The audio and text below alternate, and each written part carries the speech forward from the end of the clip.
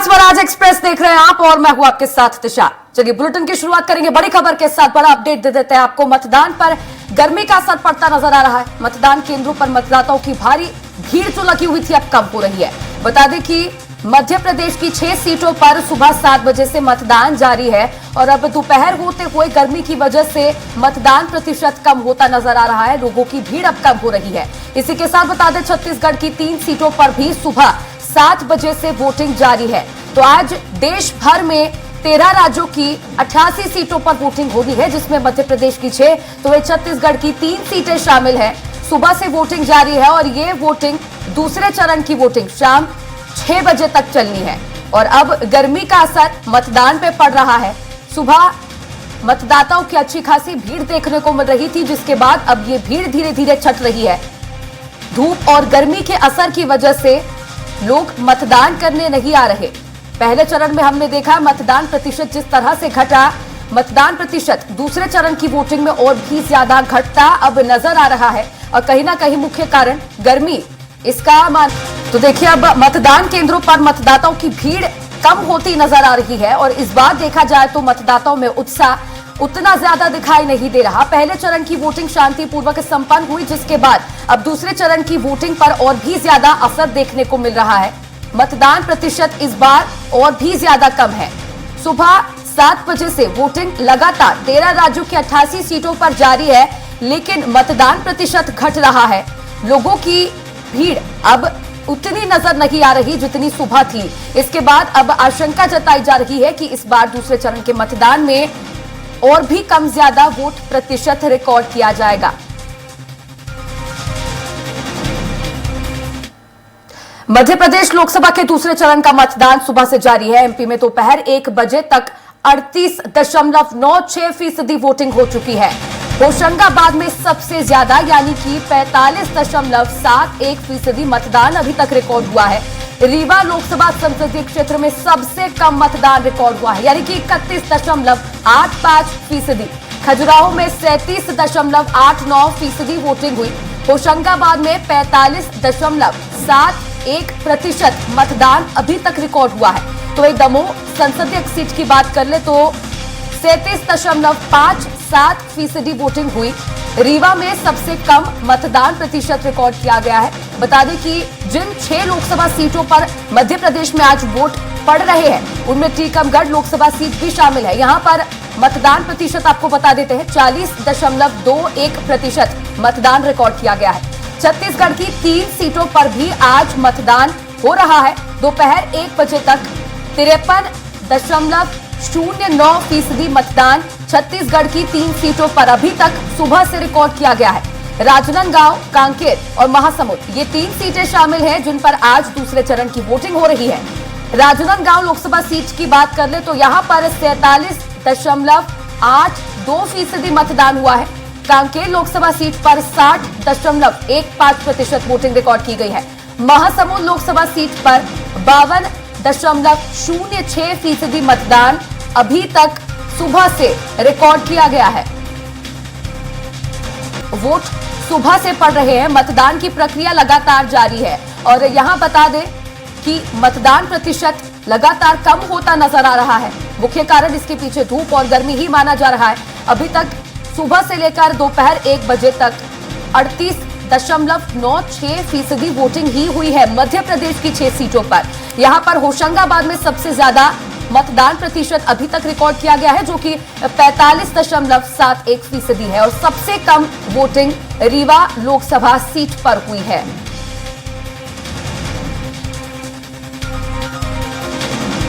वहीं छत्तीसगढ़ की बात कर ले तो छत्तीसगढ़ की 3 लोकसभा सीटों पर भी सुबह से वोटिंग जारी है, लेकिन मतदान प्रतिशत अभी तक कम रिकॉर्ड हुआ है।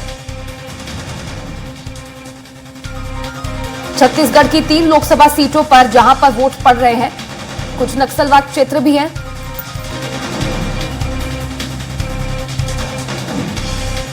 चलिए अब इसी पर और भी ज्यादा चर्चा करने के लिए मेरे साथ संवाददाता संदीप मिश्रा लाइव जुड़ गए हैं खजुराहो से। संदीप, 6 सीटों पर आज मतदान होना है मध्य प्रदेश की। खजुराहो में आप मौजूद हैं। अभी फिलहाल क्या तस्वीर दिखा सकते हैं, क्या अपडेट मतदान प्रतिशत को लेकर? आतिशा, अगर मतदान प्रतिशत की बात करें तो कहीं न कहीं निराशाजनक तो है। हम खजुराहो से अब पन्ना पहुंच चुके हैं और जिस प्रकार से खजुराहो से और पन्ना तक सिनेरियो देखने को मिला, जिस प्रकार से हमने करीब 10 से 15 पोलिंग बूथों में जाकर के जायजा लिया, तो सभी जगहों पर भीड़ ना के बराबर दिख रही है। अभी हम पन्ना में अभी भी जिस पोलिंग बूथ पर मौजूद है, तस्वीर आपके सामने है, आप देख सकते हैं कि सामने ये पोलिंग बूथ है। आपको यहाँ पर एक भी मतदाता नहीं मिलेगा। साइड में और भी 2 पोलिंग बूथ तैयार किए गए हैं, तो वहां भी कुछ 1-2 मतदाता अभी जाते दिखे थे। हालांकि अब कुछ मतदाता यहाँ पर जरूर आते दिख रहे हैं, तो काफी देर बाद मतदाता आते दिख रहे हैं। यानी कि ये कह सकते हैं कि जिस प्रकार से धूप ने असर दिखाया है, तो उसके कारण मतदान काफी गिरा है। और खासकर अगर हम यहाँ पर जिस प्रकार से खजुराहो लोकसभा सीट की बात करते हैं, तो यहाँ सबसे बड़ा एक कारण जो रहा है कि जो मुकाबला है, तो बीडी शर्मा तो एक तरफ से चुनाव लड़ रहे हैं, यानी कि भारतीय जनता पार्टी के कैंडिडेट के तौर पर, लेकिन दूसरी तरफ से आरडी प्रजापति चुनाव लड़ रहे हैं, जो कि इंडी गठबंधन की तरफ से जिनको समर्थन दिया गया है। तो उधर से कोई माहौल देखने को नहीं मिला है। यानी कुल मिला के अगर हम कहें तो मध्य प्रदेश जिस प्रकार से 2 दलीय प्रथा चलती है मध्य प्रदेश में, यानी कि 2 दल अक्सर आमने सामने होते हैं, भाजपा और कांग्रेस। तो इस बार कांग्रेस पार्टी ने खजुराहो लोकसभा सीट को इंडी गठबंधन के तहत समाजवादी पार्टी को दिया था। समाजवादी पार्टी की तरफ से मीरा यादव ने नामांकन भरा, लेकिन किसी कारणवश उसका नामांकन रद्द हो गया।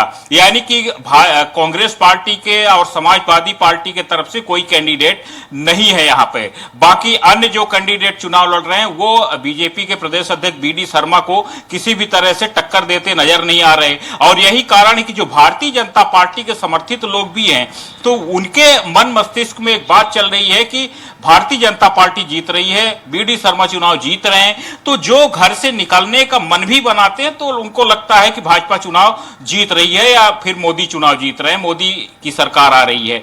तो ये भी निराशा हमने काफी हद तक यहाँ पर खजुराहो लोकसभा सीट क्षेत्र में देखी है। तो कहीं न कहीं वोटिंग प्रतिशत गिरने का ये भी कारण बड़ा दिख रहा है। खासकर 10 बजे के बाद जिस प्रकार से वोटिंग प्रतिशत गिरा, 7 बजे से 10 बजे तक कुछ हद तक पोलिंग बूथों पे भीड़ देखने को मिल रही थी, लेकिन जैसे ही 10 बजे के बाद जब गर्मी अपने शबाब पर आई, तो उसके बाद से वोटिंग प्रतिशत लगातार गिरा है। पोलिंग बूथों पर सिर्फ 1-1, 2-2 करके लोग पहुंच रहे हैं और वो सिलसिला अभी भी लगातार जारी है।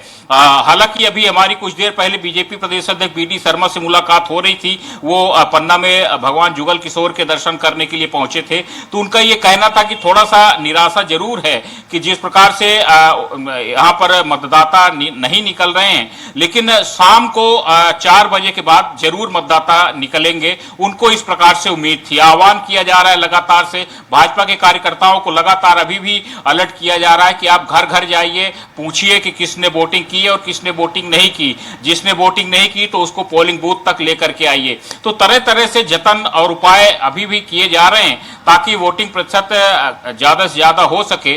फिलहाल अगर हम बात करें तो वोटिंग प्रतिशत में कहीं न कहीं गिरावट तो है। जी बिल्कुल संदीप, वोटिंग प्रतिशत में गिरावट जरूर है। पहले चरण का मतदान हुआ और वोटिंग प्रतिशत जिस तरह से घटी, उसकी वजह से भारतीय जनता पार्टी के नेताओं में, पूरी पार्टी में जरूर चिंता का माहौल बना, मनन मंथन भी किया, लेकिन इसके बावजूद भी दूसरे चरण की वोटिंग में कुछ खास असर नहीं देखने को मिला। आपने कहा कि खजुराहो के पन्ना पहुंचे हैं, यहाँ पर कुछ ऐसी खबरें भी सामने आई है कि गांव के लोगों में नाराजगी है भारतीय जनता पार्टी को लेकर, सत्ता में है भारतीय जनता पार्टी उसे लेकर, क्योंकि सड़क और पानी कुछ स्थानीय मुद्दे हैं, उसको लेकर नाराजगी, इसीलिए चुनाव का बहिष्कार कर रहे हैं। बिल्कुल, देखिए, अगर सही मायने में कहें तो शहरी क्षेत्रों में तो किसी भी प्रकार की नाराजगी देखने को नहीं मिली है, लेकिन कुछ ग्रामीण क्षेत्र हैं जहां पर कुछ अभी भी मूलभूत आवश्यकताएं हैं, कुछ मूलभूत जरूरतें हैं जो विकास की दरकार है, वो अभी तक नहीं पहुंच पाई है। और ये कारण कहीं न कहीं नाराजगी का अभी भी लोगों के बीच में बना हुआ है। कुछ जगहों पर लोगों ने वोटिंग का बहिष्कार करने का दावा तो किया है, ऐलान भी किया है। हालांकि सभी जगहों पर छुटपुट वोटिंग तो चल रही है, लेकिन नाराजगी भी ग्रामीण क्षेत्रों में कुछ जगहों पर देखने को मिली है। जी बिल्कुल, क्योंकि तो चिंता आमतौर की पर स्थिति है निश्चित तौर पर संदीप, जिस तरह से मतदान प्रतिशत गिर रहा है। फिलहाल शुक्रिया जुड़ने के लिए और जानकारी साझा करने के लिए। अब चर्चा करने के लिए लखनऊ से संवाददाता घनश्याम निशांत चौरसिया भी जुड़ गए हैं। घनश्याम, लखनऊ में आप मौजूद है। उत्तर प्रदेश में जिस तरह से देखा, पहले चरण के मतदान में वोटिंग प्रतिशत घटा और वही पैटर्न दूसरे चरण के मतदान में भी देखने को मिल रहा है। आप क्या तस्वीरें दिखा सकते हैं? मतदान प्रतिशत को क्या अपडेट देंगे? देखिए, 1 बजे तक का मतदान को लेकर के चुनाव आयोग ने प्रतिशत को जारी कर दिया है, वोट प्रतिशत को, जिसमें 35.73% 8 सीटों पे मतदान हो पाया है। और अगर बात करें, सुबह 9 बजे तक 11.67% हुआ था, जो बेहद कम था। यह माना जाता है कि सुबह सुबह जब मौसम ठीक होता है, बहुत तेज की गर्मी नहीं होती है, तब जो मतदाता घर से बाहर निकलते हैं तब वोट प्रतिशत ज्यादा होता है, दोपहर में घटता है। लेकिन इसके नतीजा इससे उलट रहा और सुबह सुबह ही सबसे कम हुआ है। 11.67% ही 9 बजे तक हुआ था। 11 बजे तक 24.31% तक ही हो पाया और 1 बजे तक अब 35.73% हो पाया। थोड़ा सा तेजी बीच में देखने के लिए मिला था, लेकिन अब जो है वो भी उसी डर्रे पे चल पड़ा है मतदान प्रतिशत, और बेहद कम मतदान अभी तक हो पाया है। सबसे ज्यादा अगर बात करें तो अमरोहा में सबसे ज्यादा 40.67% मतदान अब 1 बजे तक हुआ है और सबसे कम वही मथुरा की सीट है, जो सुबह से ही सबसे कम, सबसे धीमी गति से हो रहा है। 32.70% ही हो पाया है वहां पे। हालांकि अगर बात करें बागपत में तो 34.17%, गाजियाबाद में 33.99%, गौतम बुद्ध नगर में 36.05%, बुलंदशहर की सीट से 35.35%, अलीगढ़ से 35.55% और मेरठ से 38.33% मतदान हुए हैं 1 बजे तक। अभी कुछ ही देर बाद घनश्याम आप बने रहिए और भी जानकारी आपसे लूंगी। फिलहाल रुक कर लेते हैं राजगढ़ का, जहां चुनावी सभा को केंद्रीय गृह मंत्री अमित शाह संबोधित कर रहे हैं। गरीबों को गरीबी रेखा से बाहर निकालने का काम। 80 करोड़ लोगों को हर महीना 5 किलो अनाज प्रति व्यक्ति प्रति माह देने का काम नरेंद्र मोदी जी ने किया। 12 करोड़ शौचालय बनाने का काम नरेंद्र मोदी जी ने किया। 4 करोड़ लोगों को अपना घर दिया। 3 करोड़ लोगों को घर में बिजली दी।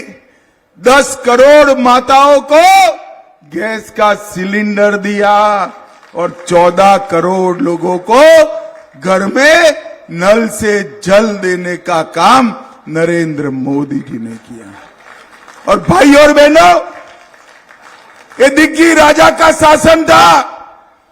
मैं भगवान महाकाल का दर्शन करने गुजरात से आता था, गहरी नींद लग जाती थी अहमदाबाद से दाहोद आते आते, मगर जैसे ही दाहोद क्रॉस कर मध्य प्रदेश में घुसते थे, नींद पूरी खुल जाती थी, क्योंकि धड़ाम से गाड़ी गड्ढे में गिरती थी।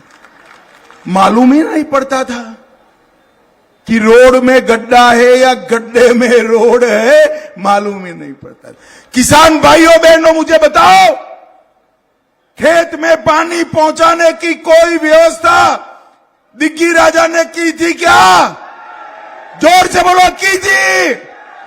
24 घंटा बिजली आती थी, किसान को 6,000 रुपया मिलता था, गरीब को 5 किलो अनाज मिलता था, 5 लाख तक का इलाज होता था, युवाओं के लिए शिक्षा की व्यवस्था थी क्या?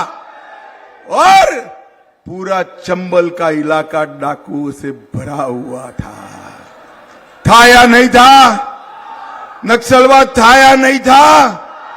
अरे दिग्गी राजा, क्या मैंडेट मांगने आए हो?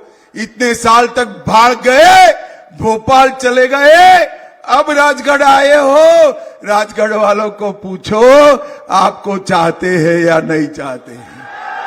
अरे बोलो भाई, चाहते हो क्या? ये दिग्गी राजा के साथ बंटाधार शब्द जुड़ गया है। राजगढ़ वालों, यहां बंटाधार करना है क्या? करना है क्या? और ये दिग्गी राजा के सलाह से राहुल बाबा ने अपने घोषणा पत्र में किया है कि कांग्रेस की सरकार आएगी तो मुस्लिम पर्सनल लॉ लाएंगे, माइनॉरिटी के पर्सनल लॉ। भाई और बहनों, सरकार तो आनी नहीं है, मगर फिर भी मैं आपको पूछना चाहता हूं, ट्रिपल तलाक फिर से लाना चाहिए क्या? अरे जोर से बोलो, लाना चाहिए? सरिया कानून से देश चलना चाहिए? कांग्रेस पार्टी पर्सनल लॉ की बात कर पिछले दरवाजे से देश में सरिया कानून लाना का बात करती है। और ये दिग्गी राजा इनसे भी 2 कदम आगे, भगवा आतंकवाद, भगवा आतंकवाद। अरे शर्म करो दिग्गी राजा, काय का भगवा आतंकवाद? आतंकवाद के आपके चश्मे बेकार हो गए हैं, देखने के बेकार है। ये पाकिस्तान के आतंकवादी हाफिज सईद को साहब कर बुलाते हैं। अरे दिग्विजय सिंह जी, ये हाफिज सईद आपका साहब होगा? ये दुर्दांत टेररिस्ट है जिसने भारत का नुकसान किया है। जाकिर नाइक को एक गले लगाते हैं। अफजल गुरु जिसने पार्लियामेंट पर हमला किया, इसकी फांसी का विरोध करते हैं। पीएफआई पर बैन लगाने का विरोध करते हैं और सीए के समर्थक पर लाठी चलाने का काम। भाई और बहनों, मुझे बताओ, पीएफआई पर बैन लगाना चाहिए या नहीं लगाना चाहिए? जोर से बोलो, लगाना चाहिए ना? ये बता देना बंटाधार को, हम राजगढ़ को। चलिए अभी अब एक बार फिर से रुक कर लेते हैं संवाददाता घनश्याम का। घनश्याम, आप मतदान प्रतिशत को लेकर अपडेट दे रहे थे, सीट वार में चाहूंगी अपनी बात पूरी करें। बिल्कुल वही डर रहा है, बड़ा स्लो स्पीड से वोटिंग चल रही है, चिंताजनक स्थिति बनी हुई है। लेकिन सबसे बड़ी चिंता यह है टिशा की, जो मौसम विभाग ने अलर्ट जारी किया है, जिन 8 सीटों पे मतदान हो रहे हैं वहां पे 30 से 40 किलोमीटर प्रति घंटे की रफ्तार से तेज से हवा चलने वाली है। वहां पे चमक गरज के साथ बरसात हो सकता है। तो ये एक चिंता का विषय बना हुआ है। हालांकि अभी तक वहां पे मौसम उमड़ घुमड़ तो रहा है, लेकिन बरसात नहीं हुई है। किसी भी सीट की अगर बात करें, पश्चिमी उत्तर प्रदेश के 8 सीटों पे अभी तक बरसात नहीं हुई है, लेकिन मौसम विभाग ने कहा है कि कभी भी वहां पे बारिश हो सकती है। तो वोट प्रतिशत जिस तरीके से धीमी गति से चल रहा है, अगर बरसात होती है तो पूरी तरीके से मतदान ठप हो जाएगा, वोट प्रतिशत बेहद कम हो जाएंगे, जो चौंकाने वाला होगा। और कहीं ना कहीं जो मतदाता हैं या फिर चाहे जो प्रत्याशी हैं, उनके लिए बड़ा आफत बन करके आएगा, क्योंकि हो सकता है कि जो नतीजे हो वो नतीजे चौंकाने वाले आ सकते हैं। अब बहरहाल अभी मौसम वहां पे बहुत खराब नहीं है, तो अभी मतदान चल रहा है, भले ही बड़ी धीमी गति से चल रही है। गौतम बुद्ध नगर की बात करें तो गौतम बुद्ध नगर में इसी मतदान को बढ़ाने के लिए वहां के जो जिलाधिकारी हैं पूरी तरीके से मतदेय स्थल को सजा दिया है। वहां पे अलग अलग तरीके की व्यवस्थाएं कर रहे हैं। जो बुजुर्ग आ रहे हैं, जो कैपेबल नहीं है, उनको ले जाने की व्यवस्था की जा रही है, उनको सम्मानित किया जा रहा है जो बेहद बुजुर्ग आदमी है। तो वहां पे प्रोत्साहित करने की कोशिश की जा रही है। लेकिन तमाम ऐसे जगह हैं जहां से ऐसी तस्वीरें दिख रही है कि वहां पे मतदान स्थल पूरी तरीके से वीरान पड़ा हुआ है। वहां पे इक्का दुक्का लोग आकर के मतदान कर रहे हैं, जो काफी चिंता का विषय बना हुआ है। और अगर इसी तरीके से धीमी गति से मतदान हुआ और मौसम खराब हो गया तो ये प्रत्याशी के साथ साथ चुनाव आयोग के लिए बड़ा चुनौती बनकर के उत्तर प्रदेश के 8 सीटों पे आने वाला है। और अगर बात करें कुछ मेरठ के प्रत्याशी को, अगर कुछ प्रकरण की बात करें तो सुनीता वर्मा जो समाजवादी पार्टी की प्रत्याशी है, उन पे मुकदमा दर्ज हुआ है। उत्तर प्रदेश में पहले प्रत्याशी का इस चरण में प्रत्याशी के खिलाफ मुकदमा दर्ज हुआ है। बड़ी खबर है ये। सुनीता वर्मा जो है आचार संहिता मामले में दोषी, उनको प्रथम दृष्टया दोषी पाया है चुनाव आयोग ने। सोशल मीडिया पे वो वोटरों को रिझाने लुभाने की बात कर रही थी, वोट मांगने की बात कर रही थी। किसी भी तरीके से 24 घंटे पहले प्रचार थम जाता है और प्रचार थमने के बाद किसी तरीके की किसी भी प्लेटफॉर्म पे आप प्रचार प्रसार नहीं कर सकते हैं। तो ऐसे में सोशल मीडिया पे वो अपनी प्रचार कर रही थी, जिसको लेकर के चुनाव आयोग ने मामले को संज्ञान में लेते हुए उनके खिलाफ मुकदमा दर्ज करने का आदेश दिया है और मुकदमा दर्ज भी कर लिया गया है। ये एक बड़ा प्रकरण है। इसके अलावा अमरोहा से बड़ी खबर आ रही है, वहां के जो ग्रामीण हैं कच्ची सड़क को लेकर के वहां पे मतदान का बहिष्कार कर दिए थे। काफी जद्दोजहद के बाद एसडीएम भगत सिंह वहां पे पहुंचते हैं, मनाते हैं। मनाने के कारण बन रहे हैं मतदान प्रतिशत घटने के, लेकिन अभी भी काफी समय बाकी है। शाम 6 बजे तक मतदान होना है। देखने वाली बात होगी इस प्रतिशत में कितना इजाफा होता है। शुक्रिया जुड़ने के लिए और जानकारी के लिए। पूर्व मुख्यमंत्री और विधानसभा अध्यक्ष डॉक्टर रमन सिंह ने कवर्धा के आदर्श मतदान केंद्र पहुंचकर अपने परिवार सहित वोट डाला।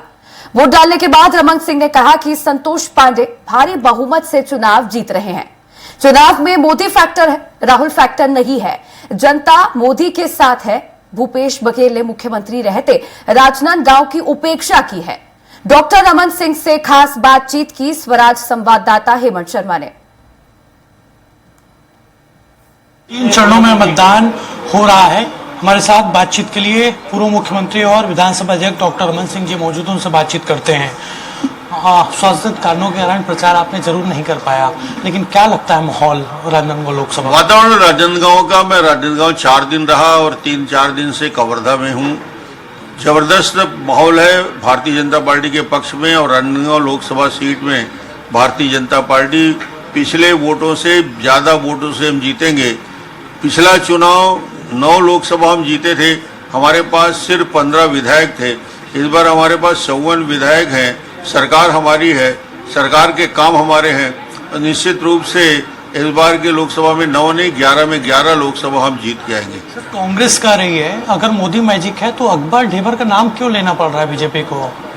5 साल तक सरकार ने जिस प्रकार इनका सहयोग लेकर, समर्थन देकर छत्तीसगढ़ में, कवर्धा में, बेमेतरा में जिस प्रकार की तुष्टीकरण की राजनीति अपनाई है, जिस प्रकार भगवे ध्वज को बूट के नीचे कुचला गया है, जिस प्रकार सांप्रदायिकता की बात की गई है, कवर्धा में कर्फ्यू लगा दिया गया, डंडे चल गए, ये सारी बातें कबीरधाम की जनता भूलेगी नहीं। तो ये आरोप लगातार आप लोगों के द्वारा लगाया जा रहा है कि जो राजनांदगांव में चीजें थी उसको भी दुर्ग ले जाया गया। कोई काम राजनांदगांव इलाके में भूपेश बघेल ने नहीं 5 साल भूपेश ने राजनांदगांव की जबरदस्त उपेक्षा की है। 5 साल में सारे डेवलपमेंट काम राजनांदगांव के बंद हो गए। एडीबी का ऑफिस चला गया, पीडब्ल्यूडी का ऑफिस चला गया, पाठ्य पुस्तक निगम का ऑफिस चला गया। यदि पाटन में ही तुमको 1000 करोड़ की सड़क बनाना था तो राजनांदगांव में वोट मांगने क्यों आए हैं भाई? मेरा तो प्रश्न है। राजनांदगांव की जनता इसी बात का हिसाब किताब चुनाव में करेगी। जीत का अंतर बढ़ेगा सर? जीत का अंतर बढ़ेगा, बेहतर वोटों से, अच्छे वोटों से, पिछले लोकसभा से ज्यादा वोट से हम जीतेंगे। तो ये थे हमारे साथ पूर्व मुख्यमंत्री विधानसभा अध्यक्ष डॉक्टर रमन सिंह, जिनका साफ तौर पर कहना है कि बड़ी बहुमत के साथ राजनांदगांव लोकसभा सीट बीजेपी जीतेगी। कैमरामैन उपेंद्र जलमोलकर के साथ हेमंत शर्मा, स्वराज एक्सप्रेस, कवर्धा। देश में लोकसभा चुनाव के दूसरे चरण का मतदान जारी है। देश में अलग अलग राज्यों में चल रहे मतदान से हर खास और आम मतदान करने पहुंच रहे हैं। आपको राजनीति के 4 दिग्गजों की तस्वीर दिखा रहे हैं। निर्मला सीतारमण, एचडी देवेगौड़ा, ओम बिरला, शशि थरूर।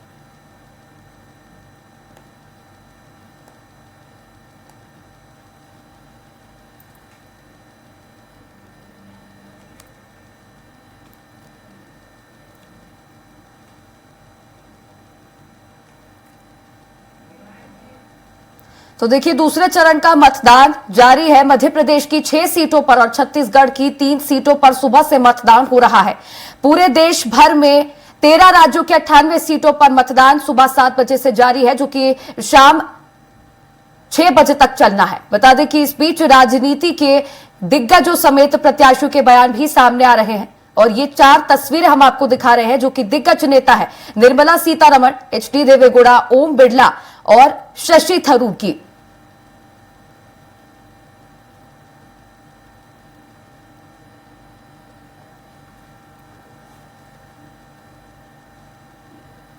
दूसरे चरण का मतदान जारी है। इस बीच राजनीति के दिग्गजों समेत प्रत्याशियों के बयान भी सामने आ रहे हैं। आपको कुछ ऐसे ही बयान सुनाते हैं।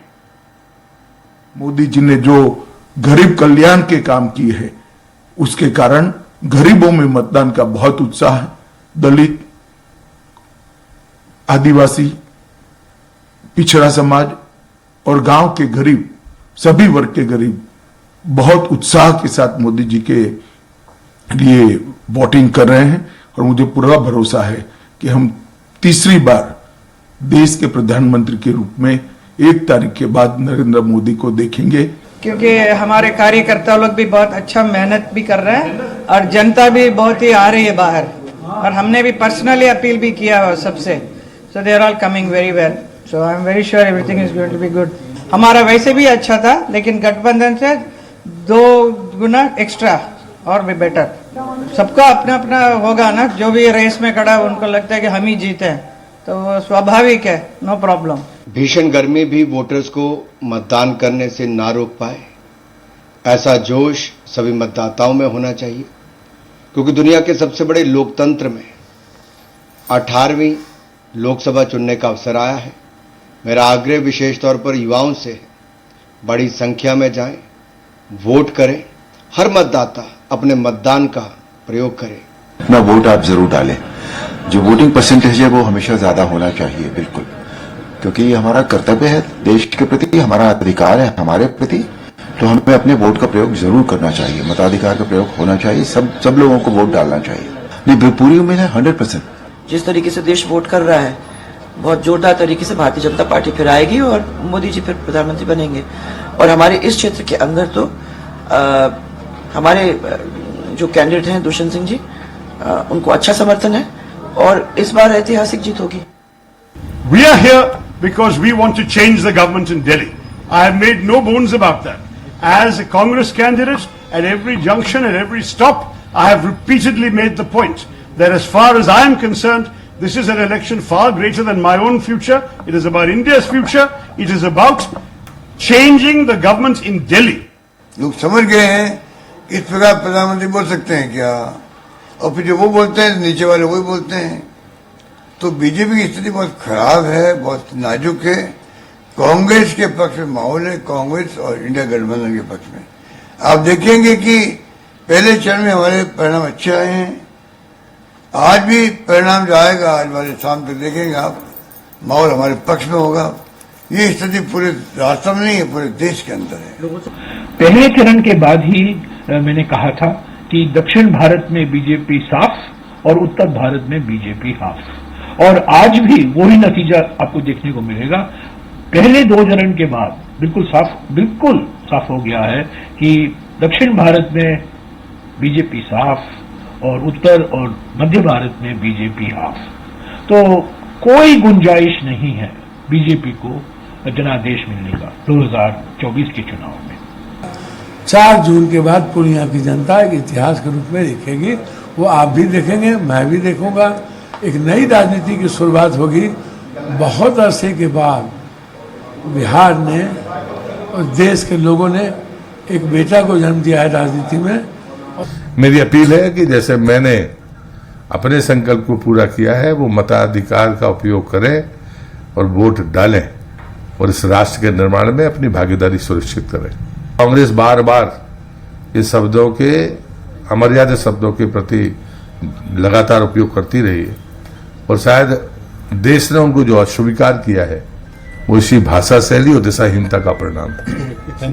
10 वर्षों के कार्यों से जो हमारे शुभचिंतक हैं वो प्रसन्न हैं और जो भारत की तरक्की नहीं चाहते वो दुखी हैं। इसलिए हमें भारत की तरक्की को सुनिश्चित करना चाहिए और मोदी जी के हाथों को मजबूत करने के लिए भारतीय जनता पार्टी के प्रत्याशियों को भारी बहुमत से जिताना चाहिए, कमल के बटन दबाना चाहिए। इसलिए घर के बाहर आइए और मतदान केंद्रों में पहुंच के सभी इस महायज्ञ में आहुति डालने का काम करें।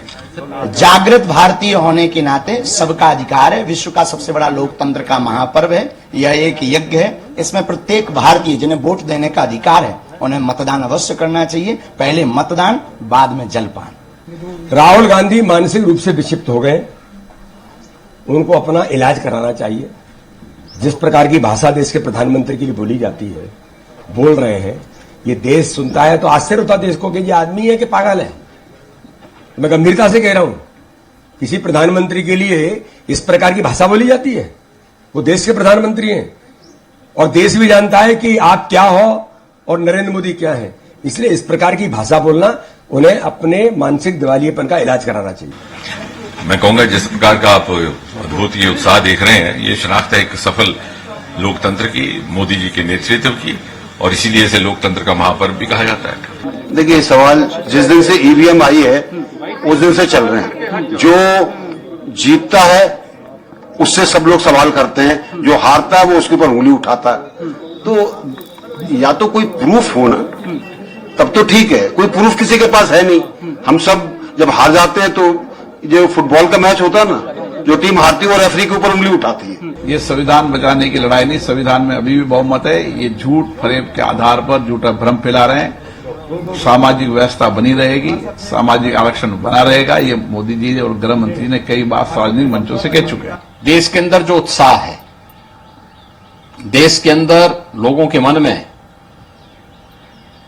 मोदी जी के 10 वर्ष के कार्यों को लेकर के जिस प्रकार की उमंग है, एक सकारात्मक माहौल है, उसको देखते हुए हम कह सकते हैं कि प्रधानमंत्री मोदी जी के कार्यों को जनता जनार्दन का पूरा आशीर्वाद प्राप्त हो रहा है। मैं कहूंगा जिस प्रकार का आप अद्भुत ये उत्साह देख रहे हैं, ये शनाख्त है एक सफल लोकतंत्र की, मोदी जी के नेतृत्व की, और इसीलिए इसे लोकतंत्र का महापर्व भी कहा जाता है। देखिए, सवाल जिस दिन से ईवीएम आई है उस दिन से चल रहे हैं। जो जीतता है उससे सब लोग सवाल करते हैं, जो हारता है वो उसके ऊपर उंगली उठाता है। तो या तो कोई प्रूफ हो ना, तब तो ठीक है। कोई प्रूफ किसी के पास है नहीं। हम सब जब हार जाते हैं तो जो फुटबॉल का मैच होता है ना, जो टीम हारती है वो रेफरी के ऊपर उंगली उठाती है। ये संविधान बचाने की लड़ाई नहीं, संविधान में अभी भी बहुमत है। ये झूठ फरेब के आधार पर झूठा भ्रम फैला रहे हैं। सामाजिक व्यवस्था बनी रहेगी, सामाजिक आरक्षण बना रहेगा। ये मोदी जी और गृह मंत्री ने कई बार सार्वजनिक मंचों से कह चुके हैं। देश के अंदर जो उत्साह है, देश के अंदर लोगों के मन में मोदी जी के 10 वर्ष के कार्यों को लेकर के जिस प्रकार की उमंग है, एक सकारात्मक माहौल है, उसको देखते हुए हम कह सकते हैं कि प्रधानमंत्री मोदी जी के कार्यों को जनता जनार्दन का पूरा आशीर्वाद प्राप्त हो रहा है। लोकसभा क्षेत्र राजनांदगांव, महासमुंद और कांकेर के सभी मतदाता भाई और बहनों से मेरा विनम्र अपील है कि आप सभी लोग लोकतंत्र को मजबूत करने के लिए अपना बहुमूल्य वोट का इस्तेमाल करें और बढ़ चढ़कर इस लोकतंत्र के महापर्व में मोदी जी की गारंटी पर वोट पड़ेगा, विष्णुदेव साई जी की सरकार पर वोट पड़ेगा, संतोष पांडे जी की सदन में और अन्य स्थानों पर सक्रियता पर वोट पड़ेगा, और भूपेश बघेल जी ने जो जो किया है उनके विरोध में वोट पड़ेगा। सिर्फ हमारे जो घोषणा पत्र वो लोगों को लुभा रहा है। आज महंगाई और बेरोजगारी से लोग जूझ रहे हैं, और ऐसे में ये कांग्रेस ही लोगों की समस्याओं का समाधान करेगी। ये कहा जा रहा है कि आपके बीच में और संतोष पांडे के बीच में कांटे की टक्कर है। क्या लगता है, कांटे की टक्कर है या फिर मामला एक तरफा है? कांटा उतर कहीं नहीं, शुरू दिन से ही था। उनको गांव घुसने नहीं दे रहे थे। सभी मतदाता भाइयों और बहनों से आग्रह करूंगा कि ज्यादा से ज्यादा मतदान में हिस्सा लें, ज्यादा से ज्यादा इस प्रजातंत्र के महापर्व में भागीदारी हो। फर्स्ट टाइम वोटर भी घर से निकलकर इस महापर्व में अपनी भागीदारी निभाएं, और 400 से ज्यादा लोकसभा सीटों में भारतीय जनता पार्टी जीतेगी।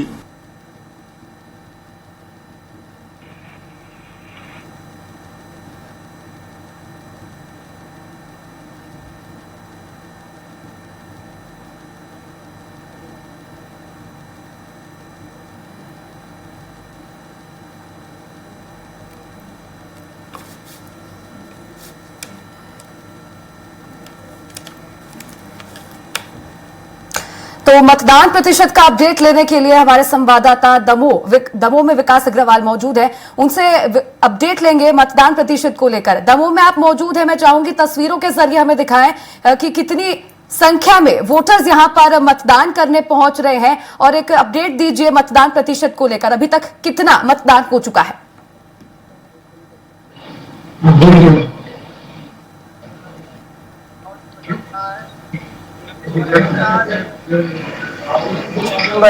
विकास, मेरी आवाज पहुंच पा रही है आप तक? हेलो जी, आपकी आवाज आ रही है? जी, मतदान प्रतिशत को अपडेट चाहूंगी मैं आपसे दमोह में। जी, हम आपको बता दें कि दोपहर 1 बजे तक दमोह में 37.57% मतदान हुआ है और गर्मी तेज होने के कारण लोग घर से कम निकल पा रहे हैं। कम मतदान प्रतिशत यहाँ पर दमोह में देखने को मिल रहा है। कुछ मतदान केंद्रों पर भीड़ अच्छी है। दमोह में लोकसभा सीट की बात करें तो दमोह विधानसभा में कम मतदान हुआ है, वहीं रैली विधानसभा में मतदान प्रतिशत अच्छा रहा है अभी तक का, और धूप गर्मी अधिक होने के कारण लोग कम मतदान देने के लिए आ रहे हैं। जी, जिस तरह से आप बता रहे हैं कि गर्मी प्रमुख कारण है शायद कि मतदान करने के लिए लोग घरों से बाहर नहीं निकल रहे हैं, तो क्या यहाँ पर कुछ मतदान केंद्रों पर इंतजाम किए गए हैं इसको मद्देनजर रखते हुए कि यदि गर्मी जैसी स्थिति ज्यादा हो रही है तो लोग मतदान करने आए तो उनको कोई किसी तरह का कंफर्ट मिले? जी हाँ, मतदान केंद्रों पर व्यवस्था तो की है टेंटों की, लेकिन लोग रोड सड़क जो पार करके यहाँ मतदान केंद्र तक पहुंचते हैं, शायद लू चलने के कारण और गर्म हवा चलने के कारण लोग यहाँ तक पहुंचने में अभी समय असमर्थ हुए हैं, लोग पहुंच नहीं पा रहे हैं यहाँ पर। जी बिल्कुल, जिस तरह से आप बता रहे हैं कि यहाँ लोग पहुंच नहीं रहे हैं, लोगों की भीड़ कम हो गई है, निश्चित तौर पर लोकतंत्र के मद्देनजर ये बेहद निराशाजनक स्थिति है। साथ ही में जो राजनीतिक दल है भारतीय जनता पार्टी, कांग्रेस, जिनके बीच में मुख्य मुकाबला है, इन दोनों दलों के लिए भी ये चिंताजनक बात है कि मतदान प्रतिशत कम हो रहा है, लोग वोटिंग करने नहीं पहुंच रहे हैं। जी हाँ, लगातार दोनों को ये चिंताजनक बना हुआ है। मतदान कम होता है तो कहीं ना कहीं दोनों पार्टियों को नुकसान होता है, क्योंकि अपनी अपनी वोटें निकालने में दोनों पार्टियां लगी हुई हैं, उनके लोग लगे हुए हैं, वोटरों को बार बार जागृत कर रहे हैं कि आप जाकर वोट करें, लेकिन गर्मी अधिक होने के कारण लोग यहाँ तक नहीं पहुंच पा रहे हैं। जी विकास, मैं चाहूंगी कि तस्वीरों के जरिए आप मतदान केंद्र दिखाएं कि यहाँ पर इस समय कितने लोग मौजूद हैं, और यदि आप ऐसा कर पाए कि जो मतदाता वहां मौजूद है उनका मन टटोल पाए और जान पाए कि अभी फिलहाल जो मतदाता मौजूद है किस तरह का उत्साह है उनमें। जी, हम आपको बता दें कि अभी फिलहाल यहाँ पर कुछ इक्का दुक्के लोग यहाँ मतदान करने के लिए आ रहे हैं। हमारे साथ कुछ लोग यहाँ पर खड़े हुए हैं, उनसे हम बात करेंगे। आपने वोट डाला क्या? हमारे साथ यहाँ वोट डालने 9 मतदाता आए हुए हैं, कैसा लग रहा है आपको? आप वोट डालने आए हैं, लोगों से क्या आप अपील करेंगे? तो यही अपील करेंगे ज्यादा से ज्यादा मतदान करें और लोकतंत्र के पर्व को उत्साहपूर्वक मनाएं। हमारे साथ एक और भी कुछ लोग हैं, उनसे भी हम बात करने की कोशिश करेंगे। कुछ महिलाएं पीछे दिख रही हैं, उनसे हम बात करेंगे क्या है वोट का।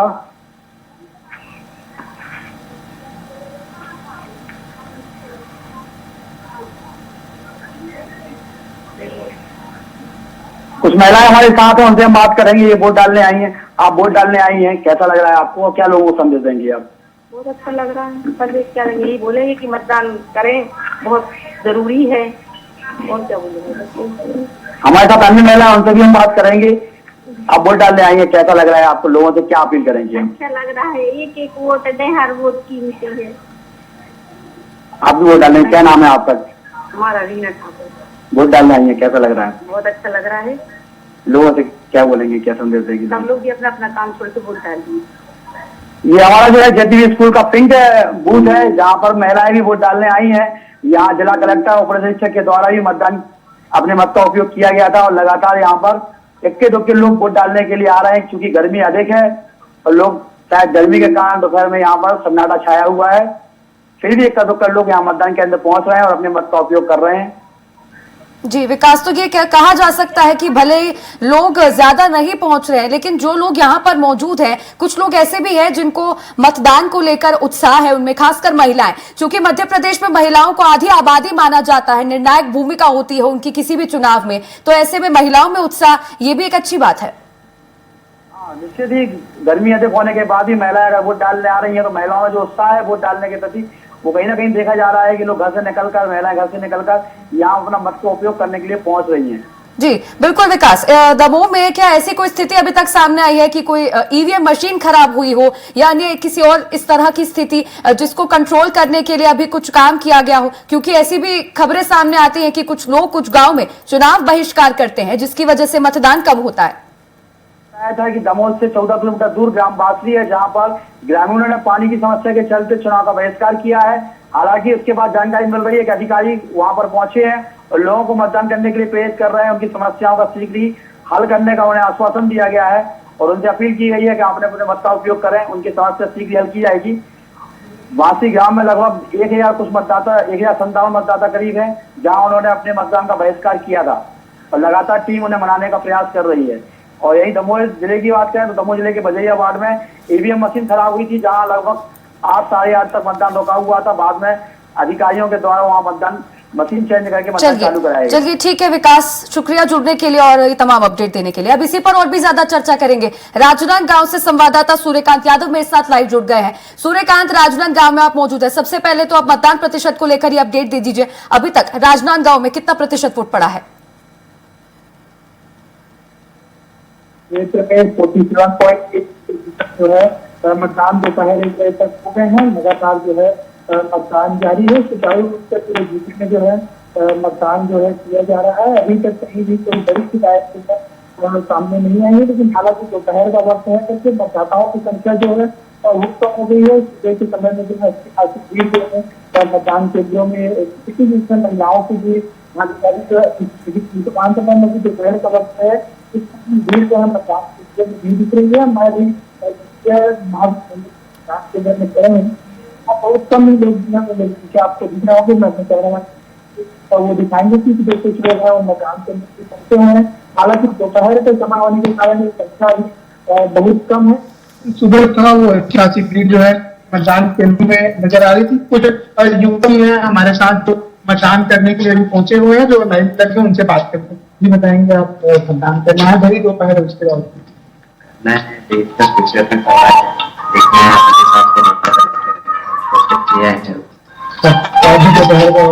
क्या सोचते हैं कि किस तरह से बेरोजगारी अच्छे से मिल जाए सबको?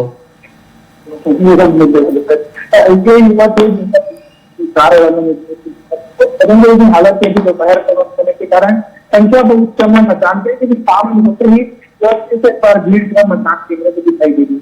जी बिल्कुल सूर्यकांत, यहाँ पर मैं देख सकती हूँ कि काफी मतदाता यहाँ पर मौजूद है। चूंकि राजनांदगांव एक हाई प्रोफाइल लोकसभा सीट है, क्योंकि यहाँ से कांग्रेस ने पूर्व मुख्यमंत्री भूपेश बघेल को चुनावी मैदान में उतारा है। हर संसदीय क्षेत्र के स्थानीय मुद्दे होते हैं, तो मैं चाहूंगी कि आप मतदाताओं का मन टटोलने की कोशिश करें कि किन मुद्दों के आधार पर आज मतदान करने आए हैं। उसी तौर पर करेंगे कि और मतदाताओं से बात करने की किन मुद्दों को लेकर वो जो है किन मुद्दों और वही बताएंगे आप किस मुद्दों को लेकर वोट करेंगे, क्या चाहते हैं आपकी सरकार जो भी बने, क्या करेंगे गाँव के लिए। रोजगारी है, रोजगार देने मेरे हिसाब से बीजेपी और कोई कहना है आप सभी कहते हैं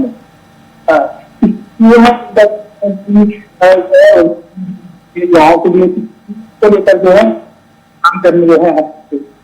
जी बिल्कुल, जिस तरह से हम देख रहे हैं कि गर्मी और बढ़ती जा रही है, दोपहर हो चुकी है, इसकी वजह से शायद मतदान करने के लिए लोग अपने घरों से बाहर नहीं निकल रहे, तो क्या यहाँ पर कुछ इंतजाम किए गए हैं इसी के मद्देनजर गर्मी को देखते हुए वोटर्स के लिए? निश्चित तौर पर गर्मी के कारण प्रशासन द्वारा व्यवस्था की गई है, टेंट लगाए गए हैं। इसके साथ ही जो है पानी रखा गया है। हर मतदान केंद्र में जो है टेंट जो है उसकी व्यवस्था की गई है कि छाव में खड़े होकर ही जो है अपने मताधिकार का प्रयोग करें और गर्मी से किसी तरीके से परेशानी ना हो। इसकी जो है राजनांदगांव जिले में नक्सल प्रभावित क्षेत्र में ज्यादा है, तो नक्सल प्रभावित क्षेत्र में सुरक्षा पर जो है उनके जवान जो है तैनात किए हैं।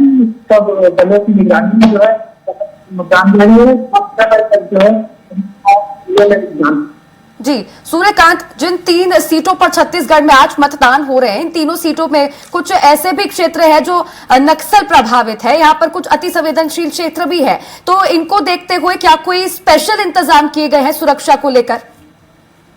जी निश्चित तौर पर चुनाव आयोग के निर्देश है कि निष्पक्ष और जो है साफ चुनाव कराना है और बिना भय के लोग अपने घरों से और मतदान को लेकर जो है कई कंपनियां जो है तैनात की गई है, चाहे कांकर हो, महासमुंद हो या सभी में जो है वालों को तैनात किया है। और राजनांदगांव सोहना मानपुर ऐसा है जहाँ दोपहर 3 बजे तक मतदान होगी, क्योंकि उत्तर नक्सल प्रभावित क्षेत्र होने के कारण सुबह 7 बजे से 3 बजे तक वहाँ मतदान होने में सुरक्षा होने की जो है मतदान जी सूर्यकांत, जो अति संवेदनशील क्षेत्र है वहां पर अक्सर ऐसा देखा जाता है कि लोग डर के मारे घरों से बाहर नहीं आते मतदान करने के लिए, तो इन क्षेत्रों में मतदान का क्या हाल है? क्या लोग निर्भीक होकर घरों से बाहर आकर वोट देने के लिए निकल रहे हैं? क्योंकि तमाम तरह के अभियान भी चलाए गए, जागरूकता अभियान चलाए गए लोगों को निर्भीक बनाने के लिए कि वो वोट देने आ सकते हैं। जी निश्चित तौर पर राजनांदगांव लोकसभा क्षेत्र में भी कई ऐसे क्षेत्र हैं जो नक्सल प्रभावित क्षेत्र हैं। जिला प्रशासन द्वारा उसको और लोगों को जागरूक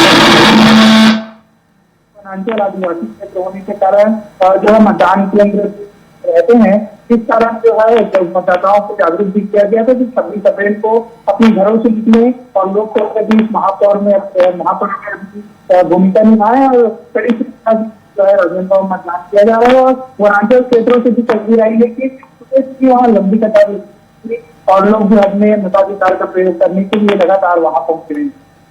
जी, तो मतदाता तो पहुंच ही रहे मतदान करने के लिए, और चूंकि राजनांदगांव हाई प्रोफाइल सीट है तो क्या यहां अभी तक किसी बड़े चेहरे ने, दिग्गज नेता ने, चाहे कांग्रेस का या फिर भारतीय जनता पार्टी का, अभी तक अपना मत अधिकार का प्रयोग करने के लिए पहुंचे? इस संबंध में कोई जानकारी दे पाएंगे आप? जी मैं आपको बताऊं, राजनांदगांव लोकसभा सीट में जो कांग्रेस के प्रत्याशी हैं वो पूर्व मुख्यमंत्री भूपेश बघेल हैं, लेकिन भूपेश बघेल जो है मतदान दुर्ग जिले में करते हैं, तो वो मतदान करके जो है, हालांकि राजनांदगांव जरूर आए थे, स्वराज एक्सप्रेस और अन्य जो है हमारी बात भी हुई, और इसी बीच जो है संतोष पांडे जो है वर्धा जिले में रहते हैं, उन्होंने वहां अपना मताधिकार का प्रयोग किया है। दोनों ही प्रत्याशी जो है दूसरे जिले के होने के कारण जो है मतदान उन्होंने वहां किया। हालांकि लगातार क्षेत्र में जो है पहुंच रहे हैं प्रत्याशी और लोगों से भी मुलाकात कर रहे हैं। पूर्व मुख्यमंत्री ने मतदान केंद्रों में पहुंचकर जो है व्यवस्थाओं का जायजा लिया। जी, और सुरक्षा व्यवस्था को लेकर क्या कुछ इंतजाम किए गए हैं यहाँ पर मतदान के लिए?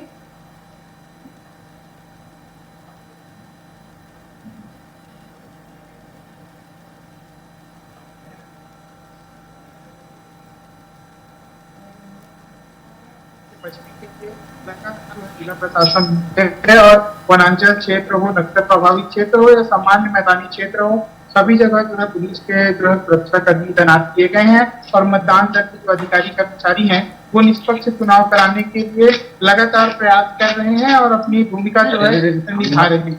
जी बिल्कुल, तो निश्चित तौर पर कुल मिलाकर कहा जा सकता है कि चुनाव आयोग पूरी तरह से प्रयास कर रहा है निष्पक्ष और शांतिपूर्ण चुनाव हो सके। सुरक्षा के मद्देनजर भी पुख्ता इंतजाम है। शुक्रिया जुड़ने के लिए और चर्चा करने के लिए।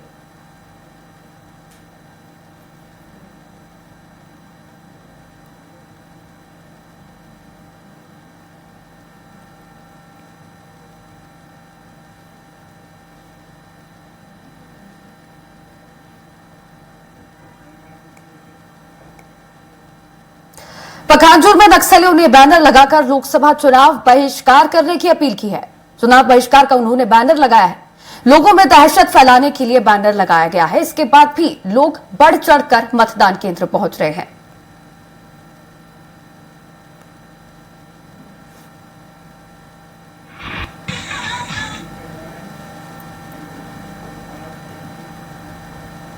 गरियाबंद के पीपरछेड़ी थाना क्षेत्र के कुड़ेरादादार में चुनाव ड्यूटी में लगे जवान ने खुद को गोली मारकर आत्महत्या कर ली।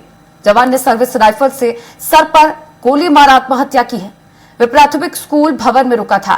मृतक जवान जियालाल पवार मध्य प्रदेश के राजपुर का रहने वाला बताया जा रहा है। 34वीं बटालियन की एक कंपनी में यह पदस्थ था। लोकसभा चुनाव ड्यूटी में छत्तीसगढ़ आया हुआ था।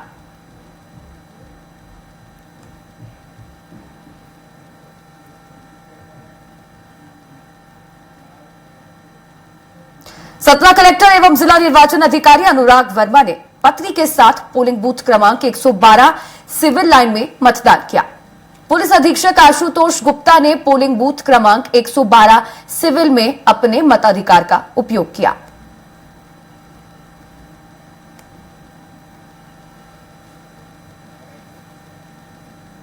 पहले तो हमने परिवार अभी आके अपने मतदान केंद्र क्रमांक 112 पे वोट डाला है और सभी से यही अपील है कि सब लोग अपने घरों से निकले।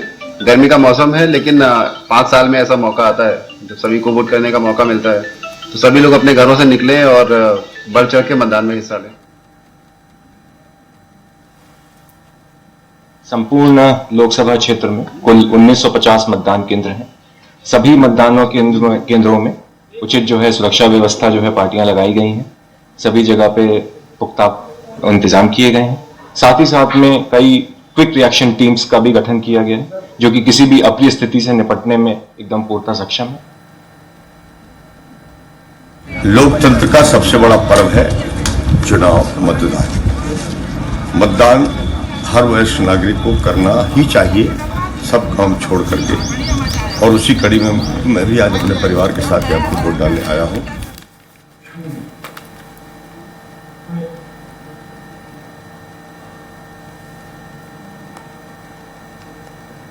राजनांदगांव से कांग्रेस प्रत्याशी भूपेश बघेल का कहना है कि मतदान केंद्रों पर लंबी कतारें हैं, मतदाता में उत्साह है।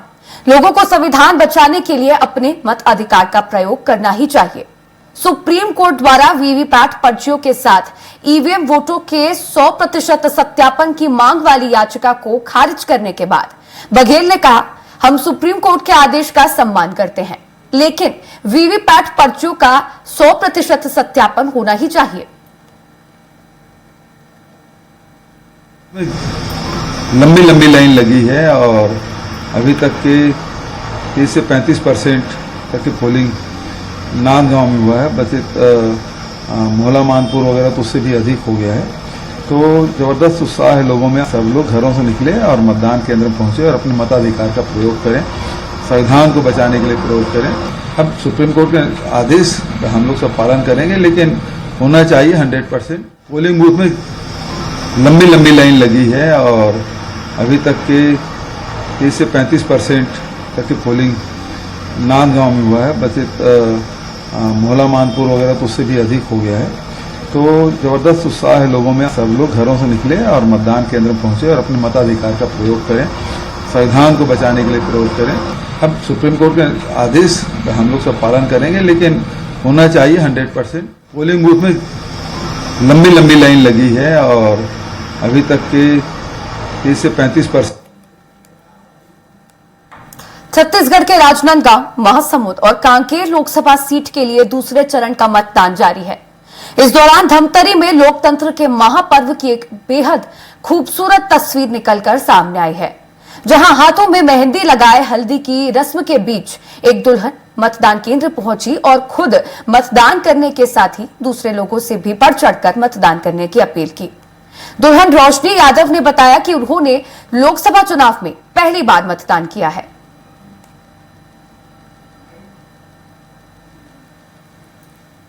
और मैं सभी से ये अपील करती हूँ कि अधिक से अधिक संख्या में आकर यहाँ वोट डालें। बहुत बहुत बधाई देती हूँ कि इसने अपने अधिकार का उपयोग किया और मतदान किया। चलिए फिलहाल रुकते हैं छोटे से ब्रेक के लिए, जल्द हाजिर होंगे।